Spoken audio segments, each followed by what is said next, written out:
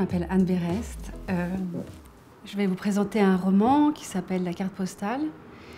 Et cette carte postale qui donne le titre au livre, elle est arrivée dans notre boîte aux lettres il y a à peu près 20 ans.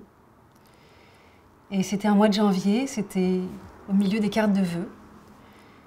Et cette carte postale était anonyme. Elle n'était pas signée.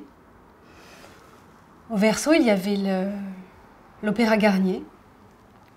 Et de l'autre côté, 4 prénoms. Seulement 4 prénoms. Et ces 4 prénoms nous étaient connus, puisqu'il s'agissait du grand-père, de la grand-mère, de l'oncle et la tante de ma mère. Et rien d'autre. Et ce qui était un peu effrayant dans cet objet, c'est que ces 4 personnes, ma mère ne les avait pas connues parce qu'ils sont morts en 1942 à Auschwitz.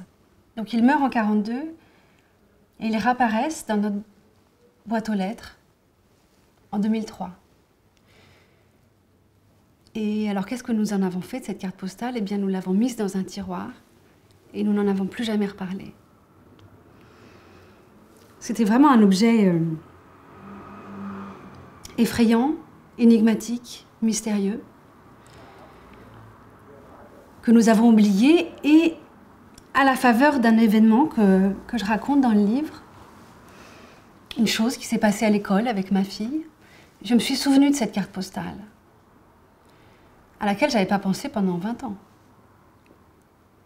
Et j'ai voulu absolument savoir qui nous l'avait envoyée. Alors pour cela, j'ai mené une enquête. Alors comment on mène une enquête? Eh ben, je suis allée voir un détective privé, je suis allée voir un criminologue, des graphologues, et j'ai résolu cette enquête au bout de 3 ans. Mais ce qui a compté aussi, et peut-être plus que tout, c'est que j'ai essayé de retrouver l'histoire de ces 4 personnes, de ces gens qui sont ma famille et qu'au fond je ne connaissais pas. Et j'ai découvert leur vie romanesque, une épopée qui part de Russie en 1919. Ils sont chassés de Russie, ils vont en Lettonie, de Lettonie ils sont chassés, ils décident d'aller en Palestine, où là-bas ils choisissent en 1929 de venir en France, de s'installer en France.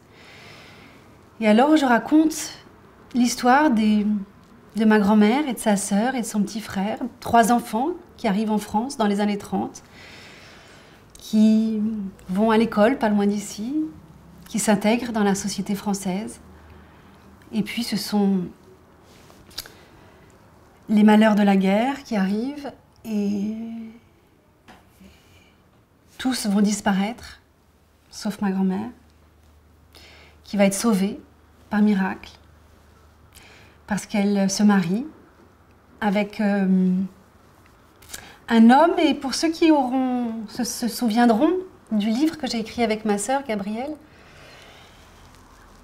les lecteurs pourront retrouver là toute une partie de l'histoire, puisque ma grand-mère s'est mariée avec le fils de Francis Picabia, et on va retrouver ce Paris artistique, cette vie-là, et la façon dont Gabrielle rentre dans la résistance et sauve ma grand-mère en la faisant passer dans un coffre de voiture avec Jean Harpe.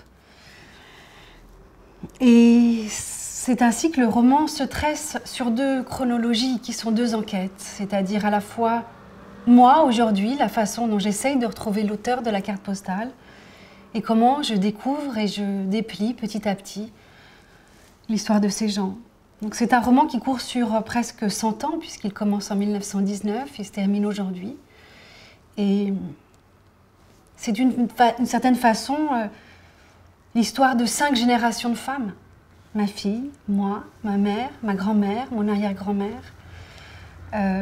C'est une réflexion sur comment, à travers les siècles, un mot est toujours venu se coller à cette famille qui est le mot juif, dans une famille qui n'était pas religieuse.